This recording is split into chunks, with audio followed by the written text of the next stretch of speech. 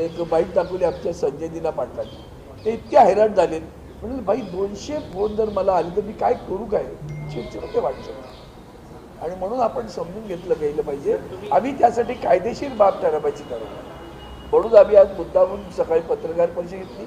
उद्या सर्व पक्षाच्या सर्व खासदारांना व्हीप जारी केल्या आणि बैठक बोलवलेली आहे की बाबा याच्यावरचा एकदाच पडदा पाडावा की किती लोक आहेत किती लोक नाहीत. एका व्हीपच्या त्या बैठकीतलं कळणार आहे. म्हणून आपण उद्यापर्यंत ओम बिर्ला यांची तुम्ही भेट घेतली आहे, जे दावे केले जातात पत्र दिलं, अशा पद्धतीचं काही पत्र ओम बिर्ला यांना मिळालेलं आहे का?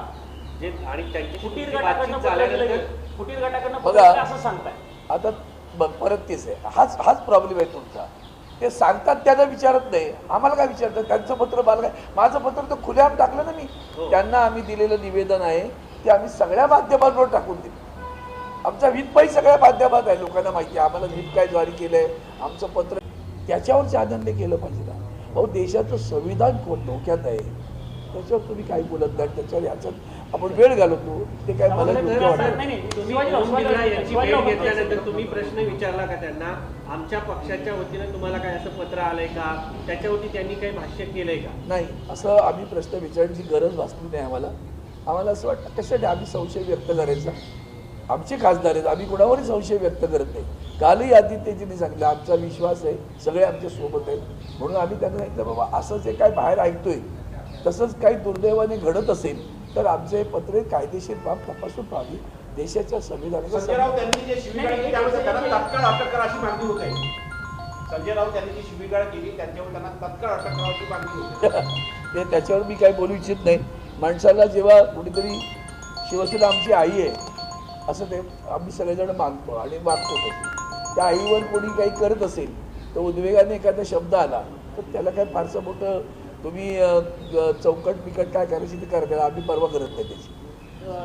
काही माणसांची लायकी असते त्याच्याबरोबर शब्द येतात, तेव्हा त्यांचे शब्द जे आले ते त्या लायकीच्या माणसांसाठी आलेले ते बाकी आले. तुम्ही आता म्हटले तुम्ही हा प्रश्न मला विचारताय, जे तिकडे आहेत त्यांना हा प्रश्न विचार, पण 6 ते 7 खासदार त्यांना आम्ही संपर्क साधण्याचा प्रयत्न करतोय पण परत तुम्ही जेव्हा मला नका मग माझं म्हणणं तेच आहे ना.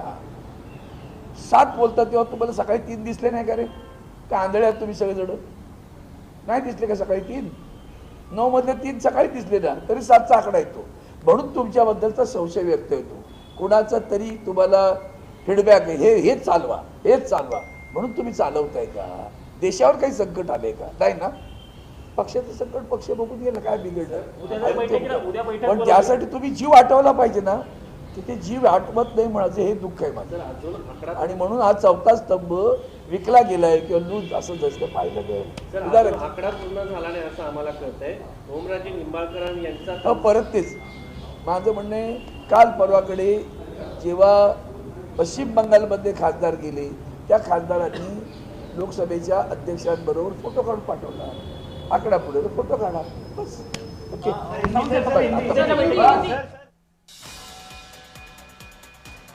खासदार रवींद्र सावंत यांनी केलेलं हे भाषण आपण बघितलं. उद्या खासदारांची बैठक बोलावलेली आहे, त्यामुळे त्यानंतर चित्र स्पष्ट होईलच असं ते म्हणालेले आहेत. त्यामुळे जो व्हीप जारी केलेला आहे पक्षाकडून त्या संदर्भात सुद्धा आता नेमकं काय होतंय याकडे सुद्धा राजकीय वर्तुळाचं निश्चित लक्ष असेल. 6 खासदारांनी वेगळा गट स्थापन केलेला आहे आणि त्यानंतर आता उद्या बैठक ठेवली गेलेली आहे आणि त्याला आता कोण कोण उपस्थित राहत आहे हे सुद्धा पाहायचं आहे.